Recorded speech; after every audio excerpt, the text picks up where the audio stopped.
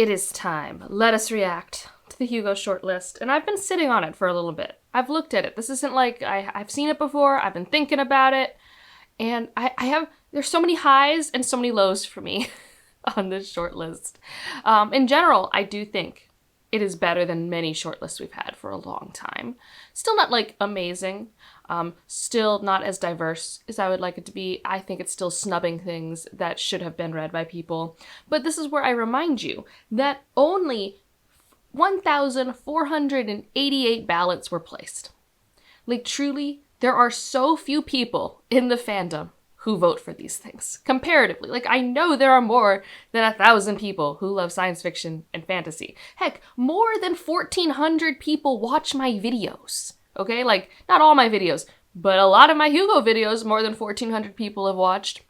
And I did get a question, just I want to say on the last video, if people were like, so wait, when do I have to be a member by to be able to nominate? So the thing I do that's easiest for me is if you vote in a year, you automatically get to nominate in the next year. So for this year, I haven't purchased it yet, but I'm going to spend $50, get my supporting membership, and you have until voting closes to get that supporting membership, I believe. I can't remember when that is. It says voting will open in early May, but I don't think it's told me when it will be. It's going to be presented August 30th. Yeah, I think they just got the year wrong because they said August 30th, 2025. And I'm like, guys, we're in 2026. So, we've all done it. But regardless, voting will close probably about a month before then, usually, so that they can tally the votes, sometimes maybe 3 weeks beforehand. We'll get a packet probably in May. All of this is loosey-goosey, but I think the actual rules are that as long as you purchase that membership before voting closes, you get to vote, and then you will automatically get to nominate, and they send you an email, you don't have to do any work, and you get to nominate in the next year.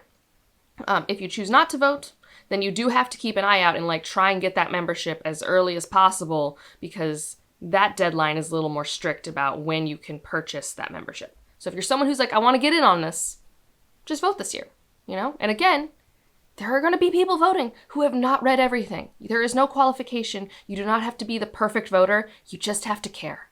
You just have to be a part of the fandom. That's it. So let's start at the bottom, work our way up. So we'll start with the two Nada Hugos and keep on going. If you want, I'm going to link the Hugo Awards website down below. They do talk about things that were disqualified or that people chose to not accept the nomination for, if that's something you're curious about. I'll probably talk about that more if it's on the, when we get the long list in a couple months. Man, time moves by in a weird way. So let's start with the Astounding Award for Best New Writer. So I don't know all of these people, but I know a few of them. I know 4 of them. Wow, that's better than I normally am. So let's first talk about the one that is most confusing and I think should maybe not be here. And that's Antonio Hodgkins. This is the person who wrote The Raven Scholar, which I do like. I like The Raven Scholar. There's nothing wrong with The Raven Scholar. She is a published author. The whole point of this is, you haven't been a published author. At least that was my assumption. And I guess maybe the idea is, well, she hasn't written fantasy or science fiction before. But, I do think there are a level of connections that you get in the industry when you have written books before. And there is also just a level of experience you have when you've gotten through the whole process that I felt the Astounding Award was meant to be more for new people on the scene, to maybe give them a chance to be highlighted to help them in their career. I could be wrong about that being the goal of the Astounding Award, but that was my internal goal. And so for that reason, I will not be voting for her, and I don't think she's, in my head, she's not eligible. It says first year of eligibility, but I'm like, no, you've written books. And it was very obvious to me when I read your book that you have written books. It did not feel like a debut at all to me. The other ones, though, so I don't know Sophie Burnham or Camilla Cole, although those names sound familiar. I'm curious to see what works they give us to read by them in the packet, and I'll talk more about it when I talk about what I vote for later on. Molly O'Neill wrote Green Teeth and had a new book out this year as well. They're from Orbit, I believe. So that was cool to see her here. H.H. Pak is the one I am so excited for, and it's going to be hard to get me to not vote for this one, because truly, I love their novelette so much. I love Never Eating Vegetables so so much. Like that was one where like when I found out that was like within the first 2 years of published works, I'm like, no, really? Okay. And then we have the writer of The West Passage. I'm not very good at saying his last name, but Jared, he is on here again. I have not read The West Passage yet. I know. I need to. Maybe this will push me to finally read it. And I mean, based off, I have read like the first 50 to 70 pages of The West Passage, so it's not like I haven't read. I've read more pages of him than I have H.H. Bach. But I still believe that I would probably be voting for H.H. Bach. I don't know who would win on this. Like, probably if a bunch of people read The Raven Scholar and end up really liking it, then it would be easy for them to vote for Antonia. But, like, it just feels wrong to me. It does. And it doesn't help that I do have someone I would like to win it more. But, yeah, it's weird. And I guess only 290 ballots of the 1,400 even voted for this category. So, again, if you want to feel like your vote in nominations matter, the Hugos is where it's at. Because truly, like, these people on this list, they got, like, 17 to 76 votes. Like, that's how it worked out. Moving on to the Lodestar, I'm really not going to have a lot of opinions here. We've got Sunrise on the Reaping by Susan Collins. Shocking no one, I'm sure, that The Hunger Games is on here. And then Oathbound, which is the third book. I don't remember what it's called, but it's a King Author book that was pretty big a couple years ago. Again, if you have young adult opinions, only 244 of the ballots went towards this category. And honestly, my ballot didn't go to this category because I have not read any young adult books, nor do I have any passion for like any of them. Like I hadn't heard of any that I should nominate and stuff like that. Okay, moving on. We've got Best Poem. I'm going to read the poems this year in the packet. I'm going to read them. I'm very bad at reading poetry. We've got a bunch of authors. So I don't know if I recognize any of them. The only one I recognize, she was on the Astounding, was Angela Liu. So that was The Morning Robot. Again, only 202 ballots. I believe this is the category that LA had as their category. Like every con gets to have like their category. And we've been having the Best Poem category for a while. I think there might be movement to make it a permanent category. Unsure. I'm not that in the weeds. We got Fan Artist. I don't think the one I voted for is here. Maybe it is. I don't know. I guess I'll have to find out when we get the packet. So we'll talk more about Fan Artist, maybe Fan Writer when we get to the packets. But in general, I am not quite in those corners and my time is unfortunately like kind of limited. So I don't always have time to explore that part. But that's why the packet's very fun because it like collates things for me. Funnily enough, more ballots for Fan Writer than any of the other categories we've talked about so far. 308. Fan Artist is probably the lowest at 176. Okay, Fancast. So these are, like I said, usually podcasts. I don't listen to book podcasts. So there's a bunch of podcasts here. I think for once it's not like riddled with authors. So a lot of times there'd be this thing with Fancast where like authors have podcasts and there would be some authors podcasts that would be really popular because, you know, they had a fan base kind of built in. But I do think this is just a bunch of fandom people. And again, 370 ballots. I mean, I also put a ballot in for this one. Fanzine. The rules between semi-prozine and fanzine are lost to me. I don't understand them. But these fanzines, the one that I recognize the most is Nerd of a Feather, Flock Together, and an unofficial Hugo book club blog, I think. Yeah, I don't consume a lot of fanzine. I'm trying to get better at consuming at least even semi-prozines this year, but like even that's a thing that I'm still working on. And then here is our semi-prozine category, which I was really surprised that there was no Faya. That's like, I'm bummed about that. I don't understand that. Does it not qualify? It didn't look like it was disqualified when I was looking down there. But again, I don't like know the rules about it. Like it's about who gets paid, which is not something like I know about when I read from a magazine. We have probably on this list, my favorite is Choreo. I really love the project of Choreo in terms of translated short works. There's the Canadian magazine of Fantastic, which I've never seen before. So that's a new one, for me, at least. Escape Pod I've seen before. Strange Horizons I don't think was here last year. But I remember seeing a lot of their stories when I was looking at the Faya Awards, or the Ignite Awards run by Faya magazine last year. The Deadlands, I don't think I know. And then we have, of course, the Hugo Darling magazine, Uncanny Magazine. So, I think this is the last year that it's eligible because it's going to be changing from a semi-prozine to a prozine? Is that the other level? I don't know. This is the weeds that I don't know a lot about. 324 ballots were cast. Professional artist, I'm excited to see those works. That's always something that I never know who's a professional, who's a fan artist. So I'm curious just to see the stuff. Editor, long form. I feel like some of these names are familiar. I don't remember what I nominated versus what is here. What's nice is in the packet, they usually show you like what works they had worked on. So then when voting happens, it's a little more fun to like pick between them.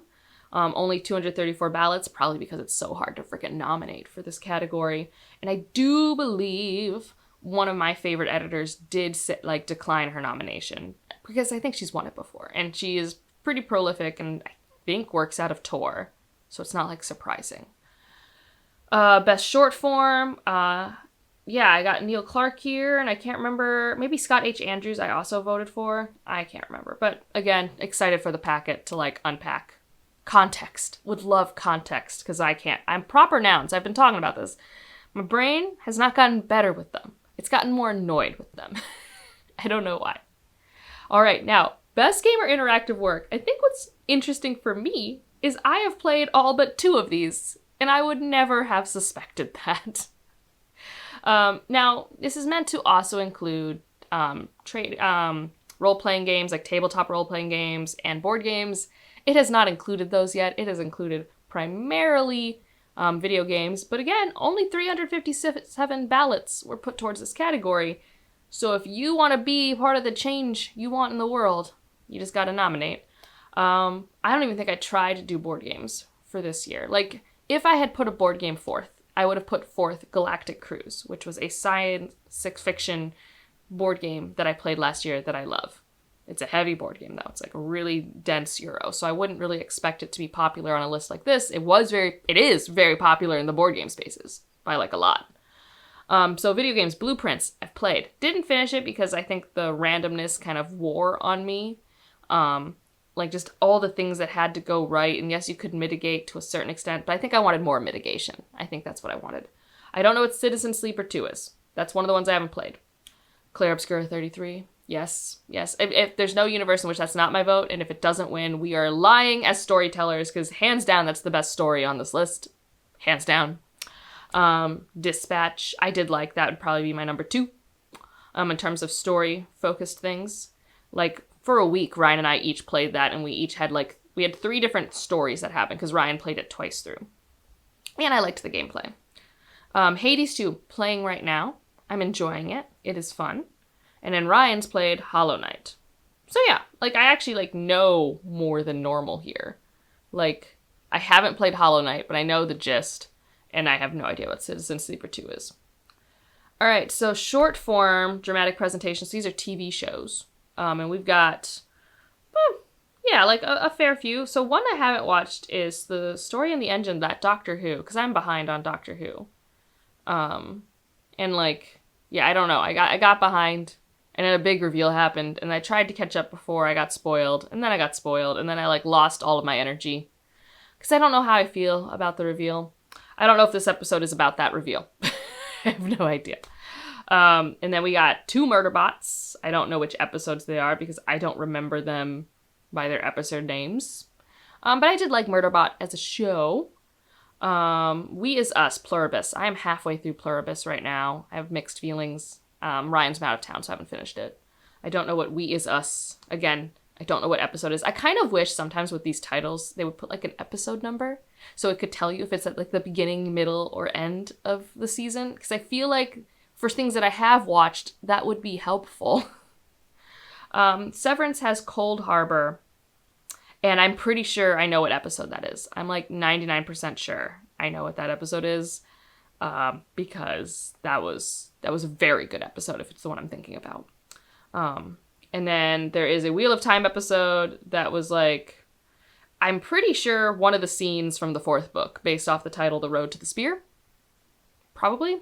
There's a scene in the 4th book of Wheel of Time that people adore that I assume happened in that season. So 471 ballots cast. And then I didn't vote for short form because I couldn't find the energy to figure out which episodes I liked best. I did do long form, so I'm one of the reasons why it's 650 ballots for long form and a little bit less for short form. I believe in general, if you are in the long form category, you don't get short form episodes, and you can only have up to 3 episodes. So I think Murderbot originally had 3 nominated and only 2 made it. So for this, I think my biggest surprises here are Frankenstein and Mickey 17. That was honestly very surprising to me. Frankenstein, I've watched Frankenstein. It was very, very pretty. It didn't resonate with me artistically. I didn't really think about it a lot afterwards. It wasn't bad. But it wasn't any Pan's Labyrinth. It wasn't any Pacific Rim, in terms of my Guillermo del Toro loves. And then Mickey 17, I watched. It was funny. It was satirical. It was sci-fi. It is based off the book Mickey 7. But yeah, I guess I'm just surprised. I just didn't know. The other ones are things I think I put forth, like Andor Season 2, K-Pop Demon Hunter, Superman, and Sinners. And I do think if I had to pick my ranking right now, it would be Sinners, Andor, Superman, K-Pop, Mickey, Frankenstein. That's probably my, right now, gut feel. All right, next up, related works. Do I know? The Hugo Spreadsheet of Doom, which I even forgot to vote for. So I'm really glad it's on here so I can vote for it when we get to the ballot. But that's by Renee. That's the spreadsheet I linked in my What I Voted For on the Hugos video. That's the spreadsheet. It's so important. Voting for the Hugos would be so much harder without that spreadsheet, especially for, say, Best Editor, for short form, for long form, all of that. Do I know any of these other things? Someone did bring up Inventing the Renaissance by Ada Palmer. That's a textbook. We just like Ada Palmer here, which fair, but also. And then there is something called Positive Obsession, The Life and Times of Octavia E. Butler. It's a book, I guess. I think one of them is a podcast. So we got a podcast, Ragnarok versus The Long Night, which that's kind of interesting to me. Maybe I'll listen to that. Yeah, I don't know. I don't know as much here for best related work. Last year, I knew a lot more, but that was also because there were a lot of related works around what happened in the Hugos a few years ago. Best graphic story or comic. Am I going to know anyone on here? Well, we got The Wizard of Earthseed graphic novel. That's not surprising. Leigh Bardugo was a writer for one of these. There's something called The Space Cat. Oh, that's written by Nnedi Okorafor. So we're getting this whole, people recognize authors, and so their graphic novels make it here. And then there is a Wonder Woman one. So, yeah. It seems that we do a lot of best graphic story that's not manga for some reason, but we are an older voting base. Only 362 ballots were cast. So, again, if you want to be the change, you gotta nominate. There's a lot of room here. You literally double the number of ballots cast for this, and it looks like a completely different category if people truly believe that manga should be represented here. Next up, Best Series. This is my sad category. This one makes me sad. 687 ballots. It's just C.L. Clarke should be here, okay? I knew Cadwell Turnbull would be a stretch for Hugo voters, but the Unbroken series should be here. But here's the problem. No one read The Unbroken, and I knew that, but it was still just that upsets me. So we've got just so many things that are uninteresting to me as someone who reads and finishes series frequently. I am a reader of series all the time. I finish 10 series a year. And I read new ones all the time. So this upsets me. We have Emily Wilde's Encyclopedia of Fairy series. Fine, whatever. We have a Shauna Maguire. We'll always have a Shauna Maguire here. October Day this time. Well, John Scalzi, this is not egregious. It makes sense. And honestly, I'd rather him be here than a different category. Spoilers. And so he did continue his Old Man's War series. And so that makes sense. That one doesn't annoy me. And Catherine Addison makes sense for Hugo voters because I believe this is the Goblin Emperor thing. And people love the Goblin Empire in the Hugos. And then we have Max Gladstone and Elizabeth Bear, who I do believe makes more sense for Hugo voters. But I have not read either of these. And I'm just meh. I'm just bummed. Because also, there is negative diversity in this category. Like, it's just, like, even from a publisher standpoint, most of these things in the United States are published by Tor. One thing is published by Saga Press, you know? Obviously, if you go to the UK, it varies a bit because not everything published in Tor in the US is published by Tor in the UK. But in the United States, 5 of these are published by Tor. It's just sad. All right, let's talk about Best Short Story, because I have more positive feelings. Like I said, I'm a whiplash. I'm a whiplash here. So Best Short Story, I believe I really like 4 of these. I haven't read one of these, but it's by an author that I really like. And I don't like one. Like, I've only not read one of these. I am well read this year. This is so exciting for me. 10 Visions of the Future or Self-Care for the End of Days is a short story I have given to non-short story readers because it was so quick and cathartic for me. In My Country by Thomas Ha is fantastic. Absolutely, like, fantastic. Laser Eyes Ain't Everything. That was fine. I didn't love that one. That one's also on the Nebula. So I guess I should start keeping track of the things that have duplicates, because now we have some overlap with other categories. So this has been 2. This one was in the Nebula. It is very after school special. And I like superhero things. And it's about superheroes. So, like, the premise of it is, like, someone in a wheelchair who has laser-powered eyes is going to the superhero headquarters, and they refuse to put in a ramp and, like, focus on things that could help other people. And it's about how she maneuvers that. And it just, like, the messaging is great. The execution was trite. I don't really know how to say it. It wasn't for me. It wasn't for me. I could see it being incredibly cathartic for the right reader. But for me, I'm like, I feel like this could be said in a less, like, after school special sort of way. Missing Helen I've talked about. That's a second person clone sort of story. And one I haven't talked about yet, this is also, so I believe, In My Country, Missing Helen, Laser Eyes Ain't Everything, and this next one, we're all in the Nebula. I'm pretty sure. I'll put the numbers on the screen, and editing me will hate me, but we'll find out. But this one I haven't talked about yet, which is 6 People to Revise You. Very good. So this person is going to this clinic to be changed. I don't really know how the changing would work, and you have to get these 6 like revision forms, and it's different type of people, like people who have taught you, people who love you, family, people who don't like you. And it's really good. I really liked that one. And then the one I haven't read is Wire Mother, but that's by Isabel J. Kim, who I am 99% sure is the one who is writing Sublimation, and that's a short story that I really love. So that's cool. And what is nice about the Hugos is, like, 14 ballots went forth, 500 of them nominated in short story, which is apparently easier than novelette, because only 400 of them went for novelette.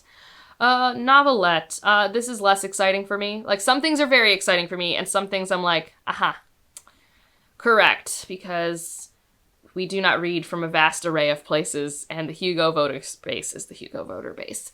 We got Scott Lynch, which I didn't realize Scott Lynch was writing something, so I'm cautiously curious. I've only ever read the first book in the Gentleman Bastard series, but this is Kaiju Agonists, which, like, if I'm using, like, my brain about what an agonist is, I'm very curious about what that could mean. We got Never Eating Vegetables. Makes me so happy. I don't know if this was on the Nebula. If it is, I'll put the 2 here. We've got, we have one that I haven't read yet, but, like, we thought would probably be nominated in my Discord and my Patreon section, but I just didn't want to read it because it was a Murderbot novelette, and I don't know, I was just being fussy. But yes, we have a Murderbot novelette. Maybe Murderbot is trying to get the equivalent of an EGOT and get in every category, because most of the time she recuses herself from categories these days, like Best Series, and she's already got Novella. I think they've already gotten novel, or at least nominated for novel. And then we've got The Girl That My Mother Is Leaving Me For, which I have not read, and that's through Reactor. So that's one I haven't read, same with the Murderbot and the Kaiju, so I haven't read 3. This next one I have tried to read. I knew it would be here, but I just don't think it's that cool. And I love Sarah Pinsker. I do, but I think this one is very fine. I think she's written this story before. I swear, I was reading this and I'm like, haven't I read this before from you? It's called The Malay Illusion. So I think she is here because she is a Hugo darling for this category. Not that she hasn't deserved it in the past, not that she's not a good writer, but I don't think this is exceptional. I think this is very okay. And then we have When He Calls Your Name by Catherine M. Valente, which I did like and voted for. So yeah, this feels like a Hugo slate of novelettes to me, between the Martha Wells and the Sarah Pinsker and the Catherine M. Valente, which I do like the Catherine M. Valente, but we did like kind of predict what would be here. I wish the name Zia was here. That's what I wish. All right, moving on. Novella. This was not surprising to me, like at all. There is one non-tour. There's a Del Rey. It's by Naomi Novik. I don't remember The Summer War. I don't remember if it's connected to any of her other works. We've got What Stalks the Deep by T. Kingfisher. I knew that would be here. We have The River Has Roots by Amel Amartar. I knew that would be here. I did say, and someone said that they didn't think it would be there, but I said, I bet Murder by Memory will be here. It's here. Cinder House. I think I saw that on the Locust long list. So, like, I'll put numbers here for how many things it's been on, but I don't think it was on the Nebula. And so if I saw it, it was probably the Locust. And we got Automatic Noodle, which I definitely thought would be here. And honestly, I think the two that are going to be head-to-head in this category, and it's honestly probably not even that much of a competition, but I think it's The River Has Roots versus Automatic Noodle. That's the lineup. I still need to read Automatic Noodle. I see it, and actually, if it's still, today is, when I'm filming this, it's Independent Bookstore Day, and I'm going to go to some bookstore. If I see it, I'm probably just going to buy it, because it's pretty. I have a problem. It's so pretty. All right, and now, the category that most people voted for, and this is what's funny to me. Like, 1,400 people voted, but only 1,100 ballots for Best Novel. If you're not, like, there are 300 ballots that voted for other things. That's so silly to me. Like, I don't know. I mean, props to you. If you really were like, nothing deserved my Best Novel nomination, but I will do the other categories. That's amazing. All right, so this was very unsurprising. Like, very unsurprising. And I have read all but two. And honestly, my favorite thing, and yes, I'm a little bit of a hater, but there's no catabasis. And it makes me very happy. It makes me so happy that I don't have a motivation to read that book. Because I was nervous, because it was on the Nebula. And I believe also, like, you know, the 10 books for the Locust. So, Raven Scholar, it was on the Locust top 10. And this author I talked about is in the Astounding, and I don't believe should be in the Astounding, but here she is. I read the book. I think it's a fine book. The Incandescent, Emily Tesh has won a Hugo before. So, she's got a following. I like The Incandescent quite a bit. I probably like it more than Some Desperate Glory, but I do think Some Desperate Glory made more sense as an award book. But I did put Incandescent forward. The Everlasting, Alex E. Harrow. Of all the Alex E. Harrow, I think this is the book of hers that should make a Hugo shortlist. Do I think it's exceptional? No. But I liked it, and I think it's thematically doing some interesting things. We have Shroud by Adrian Tchaikovsky, which this is the surprising thing for me. The Hugos, traditionally a sci-fi fantasy award that is more sci-fi. That is the only, like, true, like, this is a science fiction book. We have Death of the Author, which I am going to be reading this year, so I'm not mad that I'll get to read it for this. I'm fascinated because I am pretty sure this is a literary fiction book with a slight sci-fi element. I'm pretty sure. And then we have A Drop of Corruption, the first book The Tainted Cup won last year. So not, like, surprising for the Hugo fan base to put it forth here. If I had to pick a winner, I don't even know. I have no idea. But also, again, our diversity throughout this entire thing has been kind of trash. And there were things that were eligible. There were definitely things that were eligible. You know, things that I voted for that were eligible. But, you know, that's all there is to it. That's the Hugos. Like I said, ups and downs and ups and downs. I'm excited that I'm actually pretty well read for a lot of categories this year. So I don't feel like I'm going to be, like, in a rush to catch up. So it gives me more space to focus on the Ursula K. Le Guin and Ignite, which we'll be getting in a few months, which has me excited. What do you think about these lists? Are you thinking about voting? Do you have any questions about what voting means? And if you just want to leave an emoji, to let me know you're here. I don't know. I said a rocket last week, so we're not going to say rocket this week. Let us say a dragon, because there's definitely a lot more fantasy going on in here. So let's do dragon. And otherwise, like if you liked it, subscribe if you want to, and I'll see you in the next one. Bye.